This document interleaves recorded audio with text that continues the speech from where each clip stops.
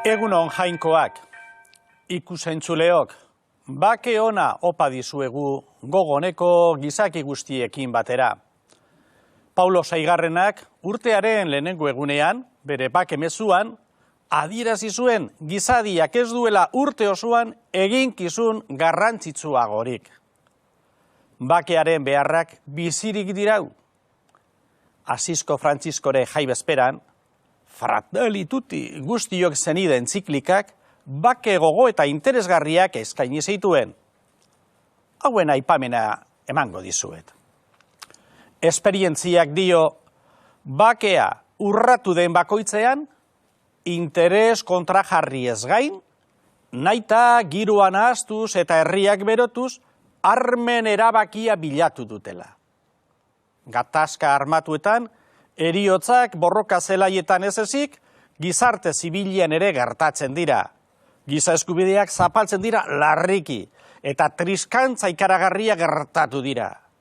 Isla irabazleen arrokeria pustu egi da, eta oroigarrien bidez galerak estali. Gailtzaileek alde txarrena jasaten dute, eta gerra amaituaz bat, zauri ikaragarria zabaltzen da askoren bihotzean. Urteak pasa arren, saminak dirau, eta arindu beharrean, belaunaldi berriei kutsatzen zaie. Heriotza bidegabe bakoitzak oiku eta oihartzun amaigabeak pizten ditu. Sufrimentua ez dakigu noraino iritsi daitekeen. Gerra batek hurrengoa justifikatu ohi du. Guzti hori arma arruntak zirela. Defentsarako gerra bidezkoa zitekela uste zuen Elizak, oraino. Gaur, gatazken koordenadak errotik aldatu dira. Arma atomikoak, biologikoak, kimikoak eta teknologiaren garapen ikaragarria dela eta gerra guztiak bidegabeak direla esan beharra dago gaur. Gerra batek ez du arazo bat bera ere konpondu historia guztian. Eta hau gizadiaren tragedia ikaragarria da. Evangelioa berriz, senidetasun eta bakearen legamia da. Gizadiaren gaurko erronkak, klima aldaketa, ozeanoen kutsadura, diruen joan etorri kontrola ezina, mundu mailako erakunderik eza, gaizkilen armagaitasuna, komunikabideen indar pozoitzu askotan, puntako teknologiaren jabetza desorekatua, gizatalde handien immigrazioa, informatikaren ziurtasunik eza, munduko pobrezia, hauen aurrean, zein da arma egokia?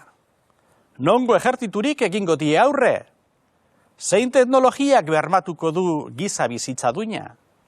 Zein erakundek babestuko du pobreen duintasuna eta gaizkilena nork? Ondorioz, gaur ez da gerra zuzenik. Giza bizitza eta ondareak suntzitu eta gizakien bizi baldintzak larriki okertu egiten ditu. Gerra politikaren porrota da, gaizkilen indarrei men egitea. Bakea aukeratzeagatik, inozoak garela diote batzuek. Eta ez dugu guk gatazka guztiak gaitzesterik. Kristauok askotan erantzunkizunez erabike beharko dugu zer egin.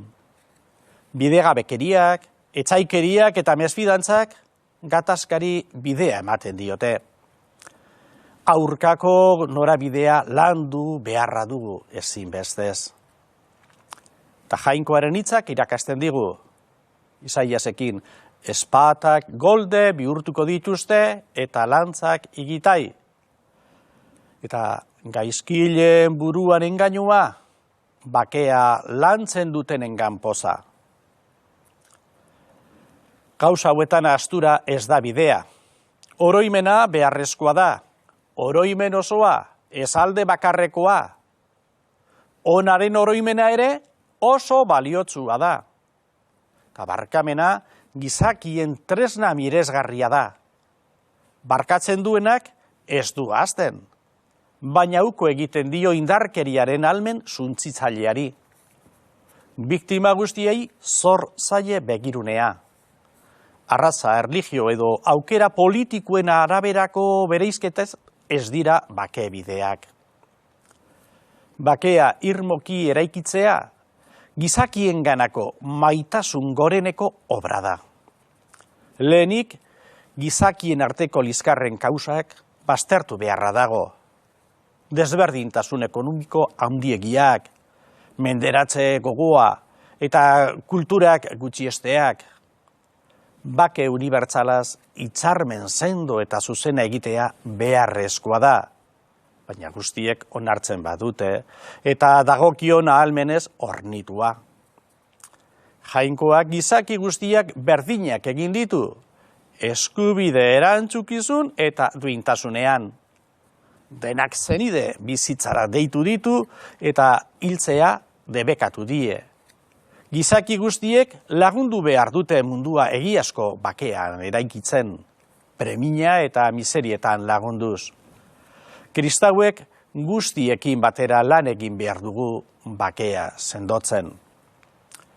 Behartsuak, doakabeak, baztertuak, umezurtzak, alarpunak, errefuxiatu, erbesteratu, gerra presoak, jazarpenaren eta bidegakaberien biktima guztiak zaintzeko agindua eman du jainkoak.